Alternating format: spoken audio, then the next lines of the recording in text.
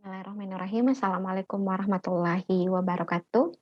Bertemu kembali dengan video perkuliahan Ibu untuk Ibu siapkan khusus untuk kepada para ananda yang memprogramkan mata kuliah evaluasi pembelajaran fisika. Video ini merupakan video yang membahas materi untuk pertemuan kelima atau di bab keempat dari agenda perkuliahan kita, yaitu kita masuk di bab tentang pengembangan instrumen evaluasi dan asesmen. Yang sebelumnya pada pertemuan keempat kita sudah membahas tentang aspek-aspek penilaian, baik dari ranah kognitif, afektif, dan psikomotorik. Nah, jadi pada pertemuan ini kita akan fokus pada pembahasan dua poin inti ini, yaitu terkait dengan pengembangan instrumen evaluasi dan pengembangan instrumen asesmen. Walaupun sebenarnya yang Ibu ingin mau sampaikan ya pada awal video ini adalah kalau dibandingkan dengan pengalaman Ibu yang pernah diberikan amanah menjadi seorang guru, selama ini yang kerap kali menjadi bahan fokus pada saat melakukan penilaian terhadap siswa itu umumnya mengenal dengan istilah asesmen. Nah, ternyata pada saat Ibu mencoba untuk menelusuri materinya melalui buku rujukan yang Ibu gunakan saat ini, ternyata yang selama ini Ibu artikan sebagai asesmen itu di dalam buku ini dimaknai sebagai instrumen evaluasi. Namun untuk bagian itu kita tidak perlu terlalu jauh mempermasalahkan ya tentang kapan dikatakan evaluasi dan asesmen. Utamanya pada saat kita juga memang sudah membahas pada pertemuan-pertemuan sebelumnya bahwa memang antara evaluasi dan asesmen ini merupakan suatu rangkaian kegiatan yang sebenarnya secara tidak tanpa disengaja pun akan selalu beriringan. Jadi Ibu berharap minimal para ananda itu mengetahui bahwa pengembangan instrumen baik pada tataran evaluasi ataupun asesmen itu digunakan untuk mengevaluasi bagaimana progres yang dilakukan oleh seorang pengajar dalam hal pelaksanaan KBM-nya. Nah, pada poin ini, pada pembahasan ini telah Ibu cantumkan ya, jadi tadi sudah disampaikan bahwa akan dibahas yaitu mohon maaf ya, harusnya di sini ada kata pengembangan instrumen evaluasi, jadi bukan instrumen evaluasi. Ibu lakukan editing dulu biar sekalian Ibu perbaiki, jangan sampai di lain waktu Ibu menggunakan. Oke.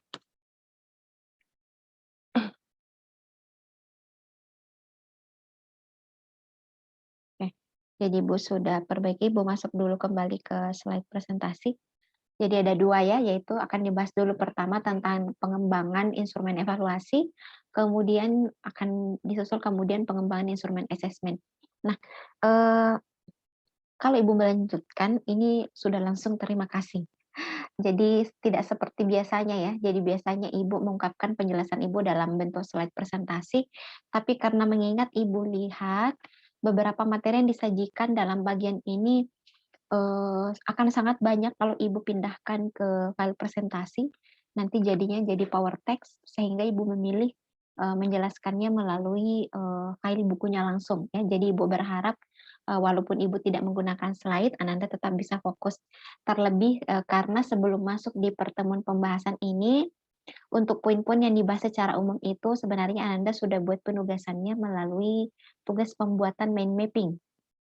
Jadi sebelum masuk di pertemuan pembahasan tentang pengembangan instrumen evaluasi dan asesmen kemarin, para ananda sudah diberikan penugasan membuat apa sih namanya, kerangka ya, kerangka dasar poin-poin yang dibahas pada pembahasan ini. Jadi kalau sebenarnya untuk kata kuncinya yang bisa jadi mungkin menjadi isi PowerPoint Ibu juga itu sudah sebenarnya ananda sudah miliki. Jadi sisa kembali cek tugas individunya.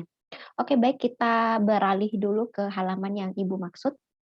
Jadi ini merupakan salah satu materi yang kalau kita lihat halamannya lumayan banyak ya, 49 halaman. Tapi semoga ini tidak menjadi beban bagi Ananda, cukup diikuti saja ritmenya menjelaskan Ibu, kita mengambil poin-poin yang kita butuhkan. Jadi kalau misalnya Ananda sudah membuat produk, jadi salah satu bahan bacaan ini bisa menjadi sumber Ananda utamanya pada saat ingin melihat contohnya secara langsung bagaimana pengembangan instrumen, baik pada pengembangan instrumen evaluasi maupun pada kaitannya dengan pengembangan instrumen asesmen.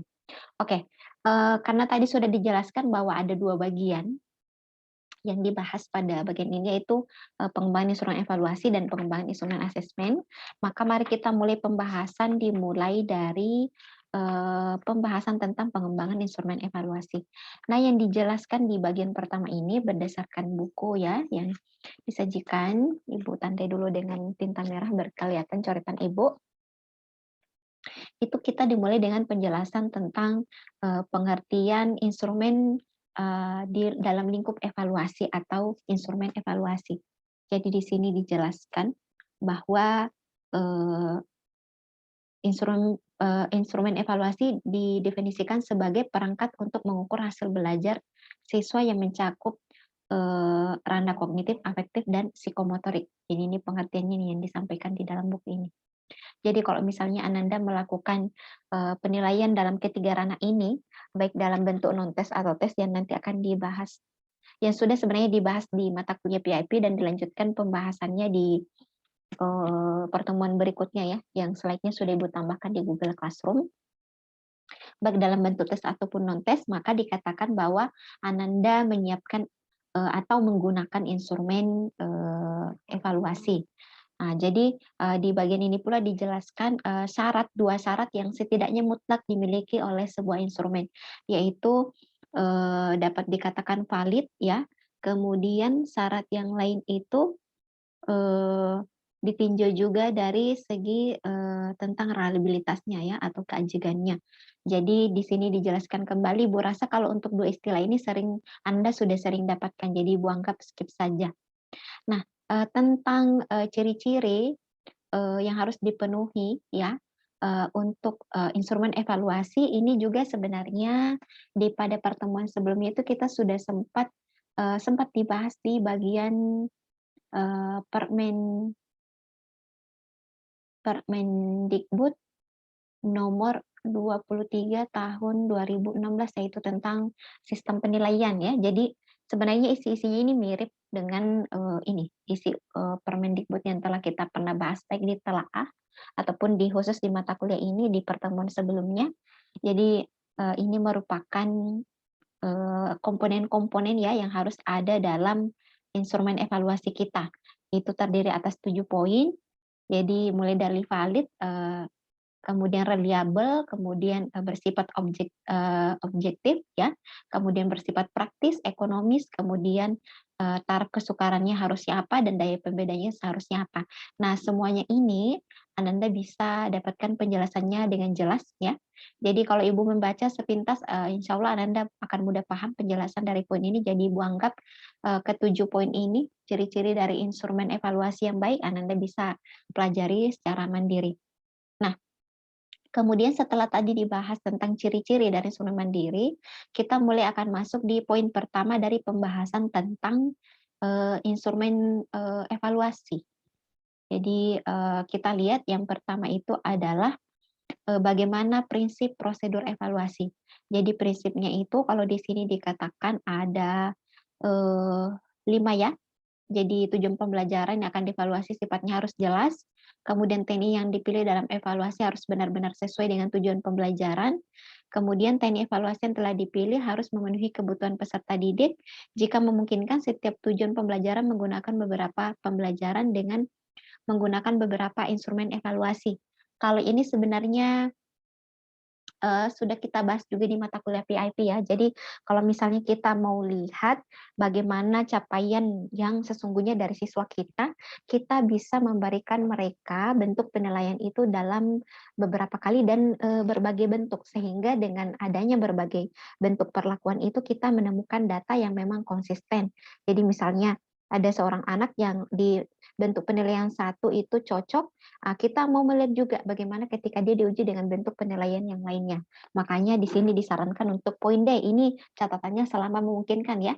Apalagi kalau seorang guru salah satu PR-nya itu adalah banyak KD yang harus diajarkan. Jadi kembalinya kepada Nanda pada saat jadi guru itu, kalau memang kondusif akan lebih bagus kalau dilakukan beberapa kali penilaian dengan apalagi dengan menerapkan berbagai teknik penilaian ya.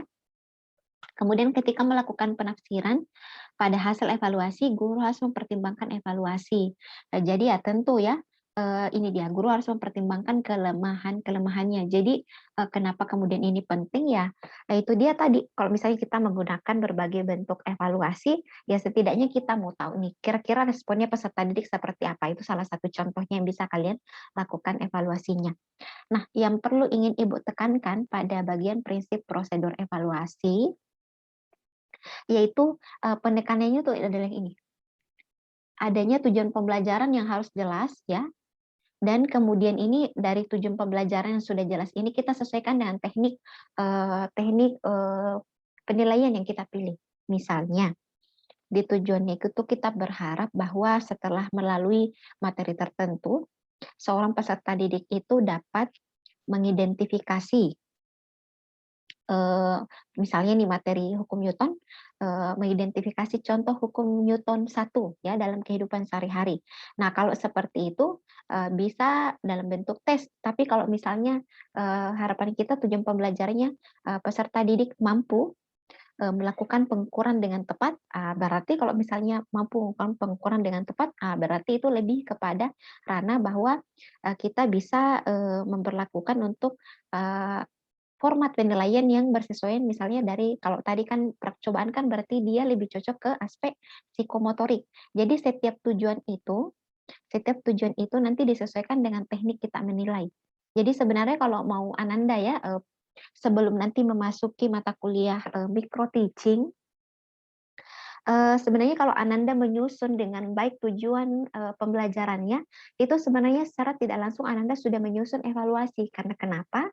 Memang sudah ditekankan bahwa rumusan tujuan itu akan disesuaikan nanti dengan evaluasi. Kok bisa, Bu? Ya tentu logis ya. Jadi karena kalau kita melakukan kegiatan pengajaran kan tentu ujung-ujungnya adalah kita ingin mengetahui apakah kegiatan pembelajaran yang kita lakukan itu sudah berhasil atau tidak. Nah, indikatornya dari mana? Indikatornya adalah kita melihat kembali tujuan. Apakah tujuan yang kita rencanakan itu tercapai atau tidak? Nah, itulah mengapa alasan bahwa rumusan tujuan pembelajaran itu sangat erat kaitannya dengan evaluasi yang kita lakukan. Ya, karena itu dia untuk mengevaluasi apakah proses KBM yang kita laksanakan itu sudah dapat dikatakan berjalan dengan semestinya atau berjalan dengan baik ya, atau berjalan dengan efektif. Nah, mungkin itu yang Ibu mau jelaskan pada poin 1. Selanjutnya di bagian ini juga dijelaskan langkah-langkah menyiapkan instrumen. Nah, ini menjadi salah satu tugas Ananda pada pekan ke-6 ya. Jadi Ibu meminta Ananda untuk memilih ya salah satu materi. Nah, di sini hal-hal yang perlu langkah-langkahnya itu dalam menyusun instrumen evaluasi itu dibagi ke dalam 4 langkah. Jadi dimulai dulu dari menentukan materi ya. Jadi karena Ananda sudah tahu menganalisis ini ya, melihat sumber kurikulumnya, rumusan KD-nya diambil dari mana. Nah, nanti kalian pilih salah satu rumusan KD dari sana, berarti kan kalau sudah tahu KD-nya secara otomatis kalian sudah memilih ya materi apa yang mau diteskan. Nah, setelah itu karena tadi prinsipnya pengembangan itu harus adanya dimulai dulu dari tujuan yang jelas, maka pada langkah kedua itu Ananda diminta dulu untuk membuat rumusan tujuan pembelajaran. Nah, kalau entah Ibu sudah pernah bahas ini di mata kuliah telaah atau belum, tapi kalau belum berarti kemungkinan Ananda akan mulai mengembangkannya di pengembangan perangkat pembelajaran, ya. Ini kita bisa menggunakan salah satu alternatifnya dengan menggunakan format ABCD. Apa itu ABCD? ABCD ini bukan karena urutan ya, bukan karena 1, 2, 3, tapi ternyata ABCD ini ada kepanjangannya. Jadi dalam satu tujuan pembelajaran yang baik ya, ini salah satu bentuk format yang disarankan biar nanti langsung jelas dan sinkron dengan soal yang nanti digunakan ya, atau bentuk penilaian yang digunakan. A itu menyatakan audiensnya, B-nya mengatakan behavior ya, atau perilaku yang diharapkan. Kemudian C atau kondisi, jadi kondisi untuk kondisi atau persyaratan yang dilakukan ya, sudah ada penjelasan di bagian ini. Kemudian terakhir adalah Dejri. Dejri ini menyatakan seberapa baik responden melakukan.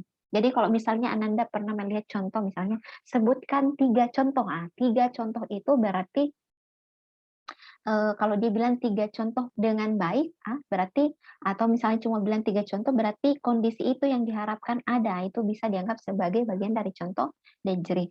Nah, untuk melihat, coba Ananda perhatikan rumusan tujuan pembelajaran ini. Jadi untuk formatnya itu di sini disampaikan setelah mengikuti penataran tentang evaluasi, peserta dapat membuat sendiri tes dengan benar. Nah, jadi setelah mengikuti, nah berarti ini kondisinya. Jadi kalau misalnya soal, berarti misalnya kita mau buatkan contoh ya, disajikan grafik. Nah, berarti itu kondisi, disajikan grafik. Peserta didik dapat. Nah, jadi peserta didiknya itu merupakan audiens. Ibu langsung saja ya di bagian sini ya. Coba kita tuliskan biar latihan, ataupun kalau pernah Ibu jelaskan nanti review kembali. Jadi disajikan grafik, koma, peserta didik, harus ini dikecil ya, dapat menentukan nilai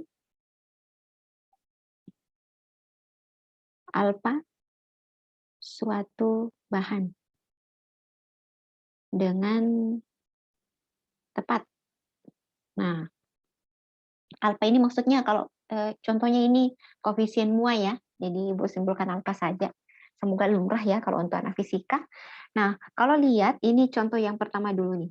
Jadi kondisi itu adalah kondisi apa yang diberikan dulu kepada siswanya sebelum diuji. Jadi kalau ini setelah mengikuti penataran, nah ini kondisinya.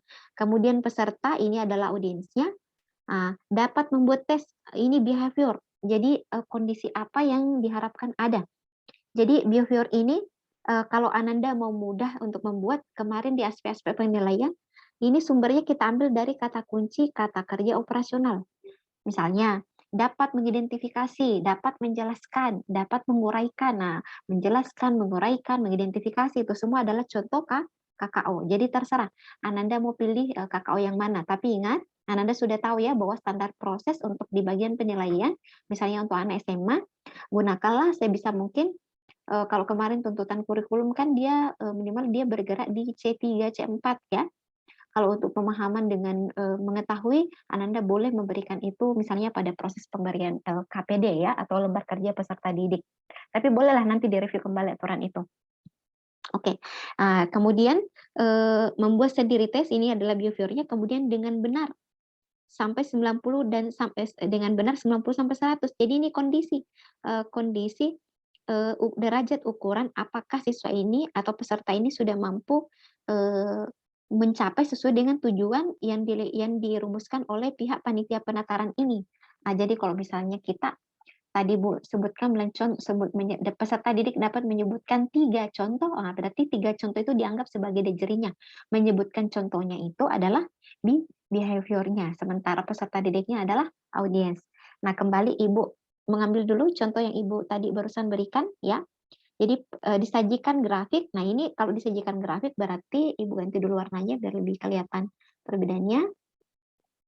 Disajikan grafik berarti ini adalah kondisinya. Jadi apa yang diberikan kepada siswa pada saat diuji atau sebelum diuji. Kemudian peserta didik. Ini peserta didiknya merupakan audiens, dapat menentukan ya nilai alfa suatu bahan. Nah, berarti dapat menentukan ini tidak lain adalah nilai aspek behaviornya. Jadi kondisi apa yang diharapkan dengan tepat. Nah, dengan tepat ini adalah dejerinya. Jadi kalau dejeri itu boleh dengan keterangan angka, boleh dengan kondisi keterangan keadaan ya. Itu juga bisa.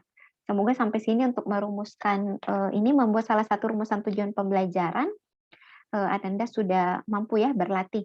Nah, namun sebelum itu kalau kemarin ditelaah, sebelum masuk di perumusan tujuan pembelajaran itu sebelumnya itu Ananda harus membuat rumusan indikator pencapaian kompetensi atau IPK. Nah, kalau untuk bagian ini bisalah nanti kita diskusikan secara sinkron ya.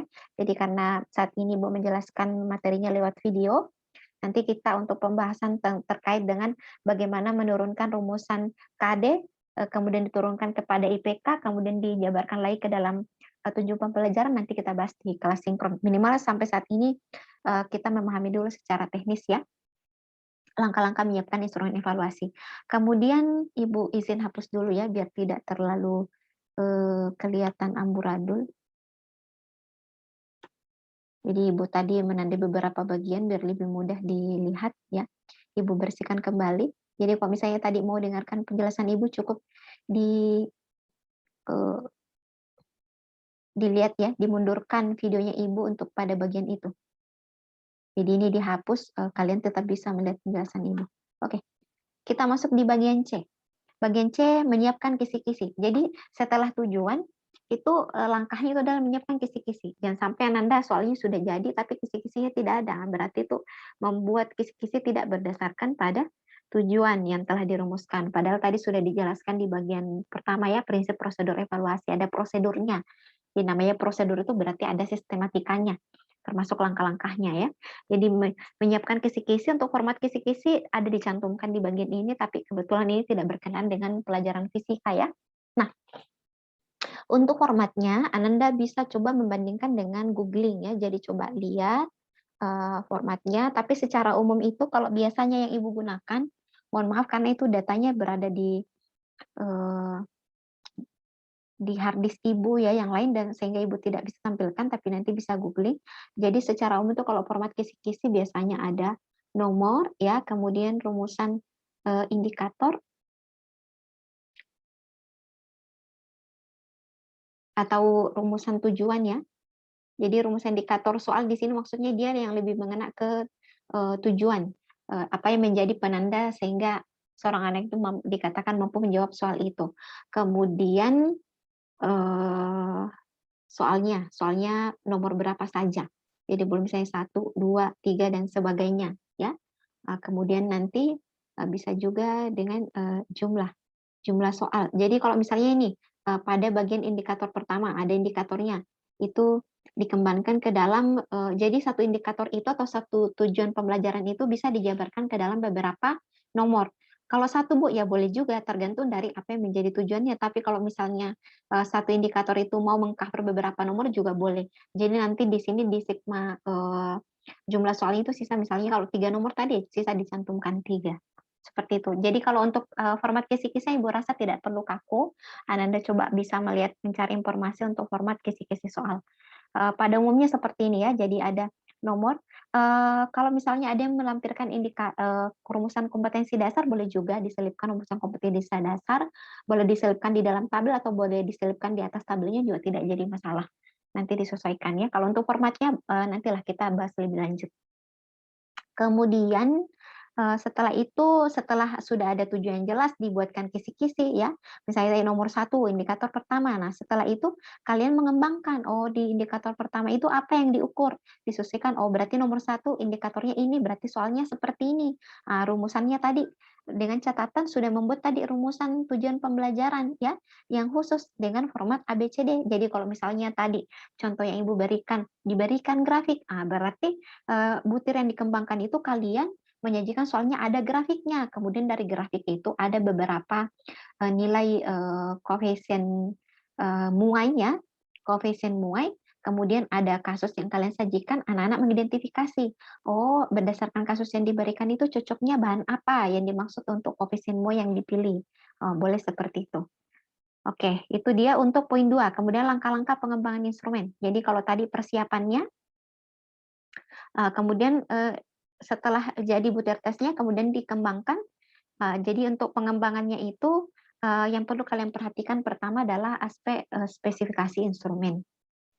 Jadi di sini juga sudah ada penjelasannya, silakan baca ya. Jadi kalau instrumen itu banyak bentuknya, jadi kalian perlu menentukan secara spesifik apakah dia masuk di instrumen minat, sikap, konsep, nilai, moral, dan sebagainya ya. Nah, sampai di sini mungkin ada yang bertanya, Bu, apakah ini masuk tes dan non-tes? Kita pada bagian ini tidak membedakan itu dulu, tapi kita fokus dulu pada bagian pengembangan instrumen evaluasi. Next, jadi ini contoh kisi-kisi untuk instrumen ya. Untuk khusus untuk kalau spesifikasi instrumennya itu berupa minat siswa. Jadi contohnya, jadi kalau nanti kalian mau mengukur minat siswa dalam kegiatan pembelajarannya, atau nanti pilih judul skripsi yang ada variabel minat siswanya, ini boleh dijadikan rujukan di sini. Ada indikatornya, kemudian jumlah soalnya, tapi ini tidak dijelaskan butirnya ya, ini hanya kisi-kisinya saja yang diberikan. Jadi kalau misalnya dapatkan ini, misalnya buku ini dijadikan sebagai rujukan, ini indikatornya ini bisa kalian gunakan dalam mengembangkan instrumen. Jadi memang kisi-kisi itu sangat membantu kita dalam mengembangkan ya. Ibu berharap tidak terbalik, soalnya dulu baru cari kisi-kisi. Jadi harusnya itu tetapkan tujuan, kemudian buat kisi-kisi, baru kisi-kisi itu dikembangkan ke dalam butir-butir soal. Oke, kemudian setelah ada ini tadi di langkah A tentang spesifikasi instrumen, masuk di menulis instrumen. Nah, di sini ada yang perlu diperhatikan dari segi aspek materi, kemudian dari konstruksi ya, silakan diperhatikan penjelasannya, kemudian dari segi budaya. Kemudian masuk di pembahasan selanjutnya, yaitu menentukan skala. Skala instrumen itu ada beberapa yang disajikan di dalam bagian ini. Ada, kalau di buku ini dijelaskan ada 3 ya, ada skala Likert, ada skala Truston, kemudian ada beda semantik. Nah, contohnya itu sudah dijelaskan juga pada file ini. Jadi kalau skala Likert, kalau pernah Ananda mengisi angket ya, jadi ini ada sangat setuju, setuju ya. Ini apa ya? Netral ya. Netral dengan tidak setuju. Nah, kalau ada yang bentuk seperti ini berarti dia menggunakan skala Likert. Biasanya ada 4 pilihan, ada juga yang STS, sangat tidak setuju. Itu juga tetap bisa dikatakan sebagai skala Likert, tapi ada skala 4 dengan skala skala 5. Nah, ini bisa dijelaskan di sini ya. Jadi skala sikap bisa genap 4 atau 6, atau bisa juga ganjil 5 atau 7. Jadi tergantung kalian. Mau semakin banyak pilihannya terserah. Kalau mau memasukkan ragu-ragu juga bisa. Nah, jadi kalau untuk teknik cara mengambil skornya ini sebenarnya juga di file PIP juga Ibu sudah jelaskan ya. Di sana sudah ada contohnya, kisi-kisinya, kemudian misalnya ada contoh data yang diberikan dan sekaligus menentukan cara menghitungnya. Nah, kemudian kita masuk di skala Truston-nya. Kalau tadi ditandai dengan ada skala sangat setuju, setuju ya. Nah, kalau Truston itu dia berupa angka. Berupa angka, diberi skala ya. Jadi kalau misalnya kalian pernah membuat isian atau mengisi suatu angket yang dia berupa angka, misalnya saya senang belajar, jadi kalian diminta memberikan label penilaian kalian, misalnya apakah senang belajar IPA. Ya kalau sangat senang berarti akan pilih 7. Kalau tidak senang ya mungkin berada di 2 dengan 1. Nah, ini termasuk dalam skala Truston. Jadi pilih salah satu skala yang menurut kalian lebih mudah digunakan. Selanjutnya, skala beda semantik. Kalau Ibu sih secara pribadi pernah menemukan bentuk ini, angkatnya itu dibagi melalui Google Form. Jadi jadi pernyataannya itu kalau cirinya beda semantik itu ada positif dengan pernyataan negatif. Jadi di sini ada skalanya. Jadi mirip-mirip sebenarnya ini, tapi ini sisa dia diberikan kata yang versusnya, lawannya dari kata positif, misalnya menyenangkan ya versusnya membosankan, sulit versusnya mudah. Jadi nanti sisa anak-anak memilih ya, memilih untuk menilai dari hasil belajar, untuk menyikapi ya minat mereka terhadap mata pelajaran kita. Misalnya tentang menyenangkan, membosankan, wah ibu saya menganggap bahwa pelajaran Ibu Mutmainah kayaknya cukup menyenangkan, nah berarti mungkin karena akan pilih 4. Atau kalau misalnya dari sulit atau mudah kah materinya? Kalau misalnya mau mudah berarti dia akan bergerak di skala 6. Jadi tergantung apa yang ditanyakan ya. Tapi kalau misalnya tadi di Truston itu sudah jelas pernyataan yang disampaikan dan itu juga yang dinilai. Jadi mirip-mirip sebenarnya, hanya kalau untuk beda semantik itu ada ungkapan kata yang berlawanan dengan sisi positifnya. Kemudian sistem penskoran. Kalau sistem penskoran di sini dijelaskan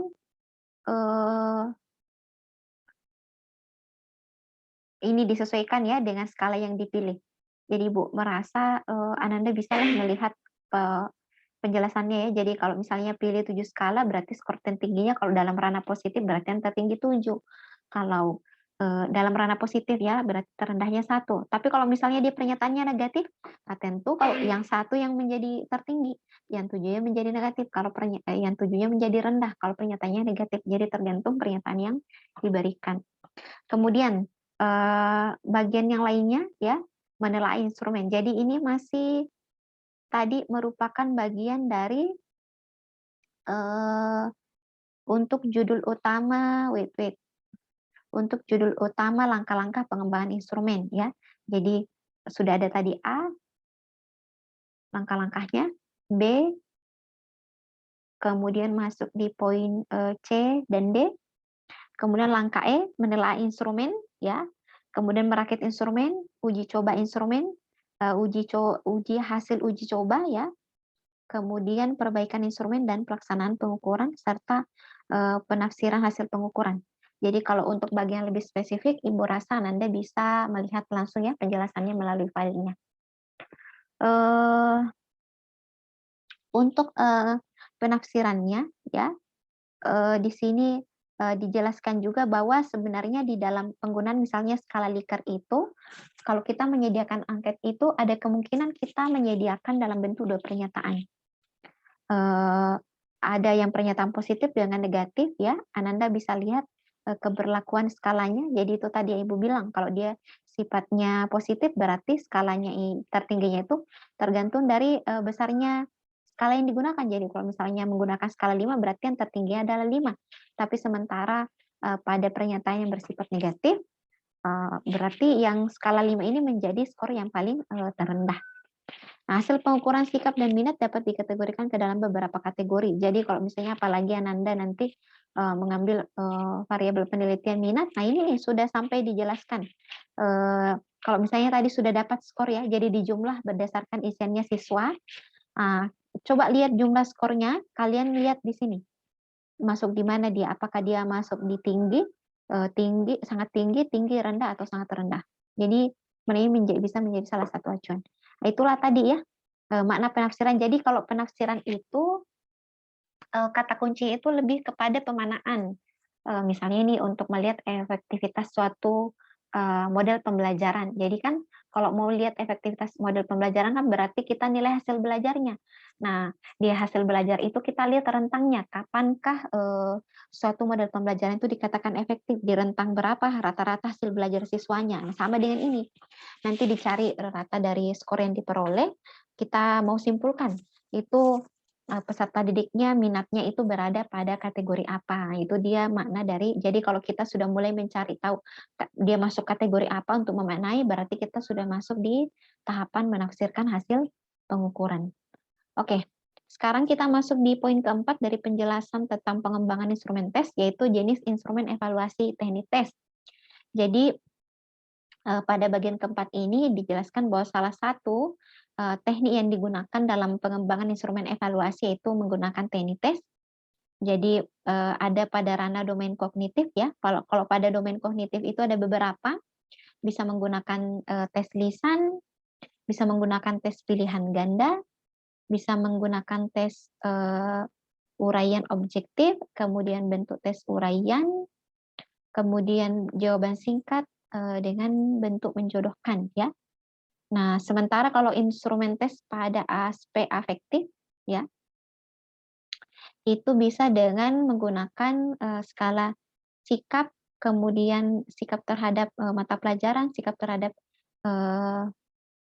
sikap positif terhadap belajar ya, terhadap diri sendiri, terhadap perbedaan dan terhadap permasalahan faktual yang ada di sekitarnya. Kemudian, nah ini dia ya, sekaligus dicantumkan ya, contoh penilaian. Walaupun sepintas pasti Ananda sudah kalau mengaitkan materi Ibu dengan PIP, pasti akan Anda bilang, bukannya Bu, kalau dikaitkan dengan ranah psikologi atau mental itu dia lebih kepada non-tes. Nantilah itu Ibu bahas tersendiri di kelas sinkronnya. Jadi di buku ini, untuk tentang sikap ini masih dimasukkan ke dalam tes ya. Entah mungkin nanti ada penjelasan tambahan, nanti kita lihat di bagian akhir materi. Kemudian tadi sudah afektif masuk di instrumen tes pada domain psikomotorik. Jadi kalau untuk psikomotorik, di sini sudah dijelaskan penjelasan tambahan ya. Jadi salah satu hal yang dijelaskan di sini, yaitu instrumen psikomotorik ini terdiri atas 2 macam. Jadi bisa berupa soal atau lembar yang digunakan untuk mengamati. Jadi kalau misalnya kalau dia berupa soal berarti dimulai dengan menyusun soal. Kalau misalnya dia berupa lembar observasi berarti ada sesi di mana menyusun lembar observasi. Jadi kalau di sini kalau boleh Ibu melihat ya, yang dimaksud di sini untuk pemaknaan tesnya ini sepertinya lebih ke ranah hanya untuk menyebutkan aspeknya, yang mana aspek kognitif, psikomotorik, dan mana untuk afektif. Nah, sekarang jenis instrumen evaluasi teknik non-tes. Jadi kalau teknik non-tes, dia berupa teknik observasi, bisa dilakukan dengan teknik observasi ya. Jadi ini contohnya hasil belajar dengan teknik observasi, komponen-komponen yang bisa diukur perilakunya ya melalui pengamatan. Ini yang hasil belajar ya. Kemudian ini dalam ranah psikomotorik. Oke, astagfirullah. Ini dalam ranah instrumen untuk teknik observasi. Jadi kalau kita lihat ini perilakunya berarti kebiasaan kerja, perilaku sosial. Oh, ini terdiri atas beberapa ya. Jadi kalau misalnya ini keterampilan skill kan berarti ini ke ranah psikomotorik ini. Kebiasaan kerja juga masuk ranah psikomotorik. Sementara perilaku sosial, perilaku sains dan minat itu masuk di sisi afektif ya, tergantung itemnya. Kemudian untuk berikutnya bisa dilakukan kalau selain observasi bisa dilakukan dengan unjuk kerja. Ada istilah yang sering Ibu ingat yang sering disebutkan juga dalam buku ini tapi bukan dengan istilah unjuk kerja. Jadi intinya adalah kalau unjuk kerja itu diminta siswa itu untuk memperagakan memperagakan tertentu atau mempresentasikan. Nah, ini sudah dijelaskan di sini ya. Contohnya yang memungkinkan untuk unjuk kerja. Kemudian unjuk kerja ini bisa dilengkapi untuk melihat penilaiannya itu dengan menggunakan, jadi kalau misalnya kita mau melihat dengan penilaian unjuk kerja ya, instrumennya itu atau dokumen yang bisa membantu kita dalam menilai bisa berupa daftar checklist. Contohnya seperti ini, jadi di checklist baik atau tidak baik. Jadi makanya daftar checklist ya. Kemudian apakah ada selain daftar checklist? Skala penilaian ya, jadi tadi ini daftar ceknya itu poin 1, poin 2-nya adalah skala penilaian. Nah, ini juga sudah diberikan contohnya ya, misalnya dalam praktikum fisika ya, ini ngena ini karena kita memang dari prodi pendidikan fisika. Jadi kalian bisa lihat, misalnya kalau mau mengamati unjuk kerja, siswanya itu melakukan praktikum, nah contohnya sudah dijelaskan di halaman 82.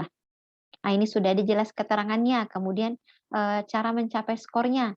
Nah, ini sudah ada kriterianya juga masuk dalam penafsiran. Ini kalau Ananda nanti mau melihat mengembangkan ini instrumen evaluasi untuk dari segi aspek psikomotorik, nah ini di halaman ini Anda boleh gunakan. Kemudian penilaian kinerja ilmiah ada juga ya. Jadi kalau kalian misalnya memilih kinerja ilmiahnya, ini sudah ada ini indikatornya 1, 2, 3. Nah, sisa kalian nanti terapkan di kelasnya. Sudah ada keterangan skornya ya. Kemudian ada menentukan nilai.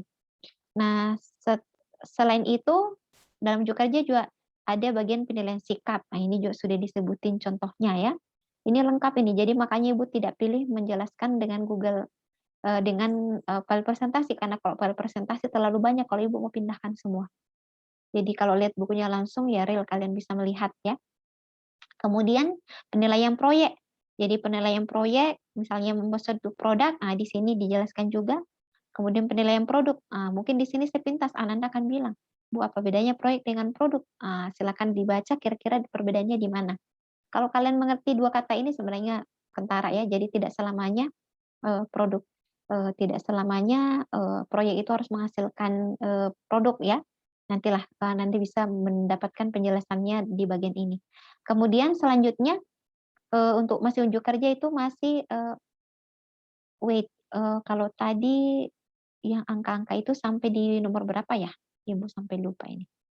Harusnya bukan penilaian sikap ya, terakhir untuk tadi yang sejajar dengan penilaian portofolio itu, maaf ya Ibu jadi bolak-balik, rating scale, oh tidak ada lagi ya. Setelah poin 2 itu tidak ada, masuk ke penilaian berikutnya, yaitu penilaian sikap.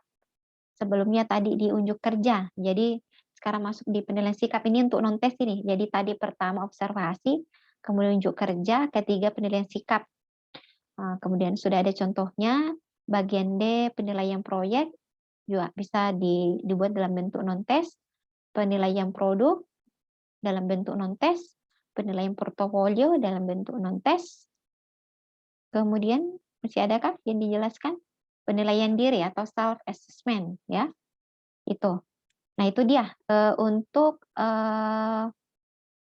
pembahasan pada pengembangan instrumen evaluasi. Bagaimana? Jadi tadi satu bagian sudah kita bahas secara umum ya, untuk poin pertama sudah selesai. Kita sekarang masuk di poin kedua, yaitu instrumen assessment. Jadi langkah-langkahnya kalau kalian lihat, kalau Ibu sih sepintas memperhatikan materinya itu, sebenarnya mirip-mirip juga dengan yang apa yang dijelaskan di bagian evaluasi, termasuk misalnya ini bagian-bagian yang digunakan ya, misalnya ini coba lihat asesmen formal, asesmen informal lebih mudah. Beberapa jenis asesmen informal ini disampaikan di sini. Jadi ini disampaikan asesmen yang memungkinkan. Jadi kalau untuk perbedaannya sih, kalau kembali kepada pengertiannya ya di awal pertemuan kita, bahwa evaluasi itu lebih luas dari asesmen. Asesmen kan lebih sering diambil sebagai penilaian ya. Kalau untuk evaluasi itu pembahasan itu sepertinya lebih cocok nanti kita tindak lanjuti di kelas sinkron saja. Jadi kalau Ananda melihat bentuk-bentuk penilaian yang digunakan ya, jadi daftar cek skala itu sebenarnya juga sudah dibahas sama keberlakuannya di instrumen penilaian. Kemudian acuan yang digunakan dalam pengembangan skala, metode dan teknik pengembangan asesmen ini kurang lebih sama ya. Jadi ada penyusunan kisi-kisi dulu, kemudian dikembangkan butir-butirnya, kemudian diuji coba, dilihat hasil uji cobanya ya, kemudian direvisi ya. Ini dijelaskan di bagian ini. Kemudian pengembangan asesmen kognitif afektif psikomotorik. Jadi silakan Ananda perhatikan bagaimana pengembangannya. Kalau Ibu sih merasa yang lebih penting kalian perhatikan itu adalah di bagian untuk tadi instrumen evaluasi ya, karena itu berkenaan dengan bagaimana kalian melihat progres pelaksanaan kegiatan pembelajarannya. Nah, ini dia contoh kasus perkembangan kognitif dasar. Jadi kalau kita lihat sepintas di sini, kalau untuk contoh instrumennya ini, Ibu lihat dia lebih kepada bersifat umum ya. Misalnya ini nih, perkembangan kognitif dasar. Nah, ini kan tidak berkaitan dengan materi ya, tapi dia menjadi pelengkap. Ini sama prosesnya seperti melihat pada instrumen misalnya penalaran formal seperti tes-tes TPA, tes potensi akademik. Nah, ini yang Ibu simpulkan sementara. Kalaupun nanti Ibu menemukan sesuatu yang baru, nanti Ibu jelaskan kemudian. Jadi intinya kalau Ibu untuk pada bab ini silahkan untuk fokusnya itu fokusnya ke bagian ini saja, pengembangan instrumen evaluasi ya. Karena itu yang lebih sering dekat dengan Ananda yang akan lakukan nantinya. Walaupun pada dasarnya di awal kita sudah sempat ini ya, sudah sempat membahas tentang kata kunci antara asesmen dengan evaluasi. Tapi kita tidak perlu berlarut-larut di bagian istilah itu. Jadi kalau kita lihat di sini, salah satu contoh kisi-kisi matriks ya, spesifikasi soal-soal untuk di bagian asesmen, ada SK dan KD, walaupun ini SK-nya tidak berlaku lagi ya, karena sekarang Kurtilas, kurikulum 2013, ini biasanya dirumuskan dari KI ya, sekarang diganti posisinya dengan KI. KI 1, KI 2, KI 3, KI 4. Nah, kalau mau KI-nya nanti di atas tabel saja, nanti rumusan KD-nya dicantumkan dalam tabel ya. Ini ada materinya, kemudian pengalaman belajar, indikator, jenis soal. Jadi kalau lihat bentuknya ini dia lebih kepada Mmm, sama sebenarnya hampir yang disajikan dalam silabus ya, utamanya untuk penjelasan tentang, jenis soal dan bentuk soalnya. Jadi bolehlah kalian kembangkan nanti untuk asesmennya. Intinya untuk penyusunan pembahasan tentang, pengembangan instrumen, eee, evaluasi dan asesmen, apa yang membedakan nanti kita bahas secara sinkron. Baik, mungkin itu tidak terasa Ibu sudah scroll-scroll dan akhirnya sampai di halaman terakhir ya. Kalau ada pertanyaan yang kalian baca dari bagian ini ada yang perlu ditanyakan, boleh nanti disampaikan melalui kolom komentar, baik melalui kanal YouTube Ibu ataupun melalui Google Classroom. Baik, Ibu akhiri dengan ucapan, billahi taufiq wal hidayah. Wassalamualaikum warahmatullahi wabarakatuh.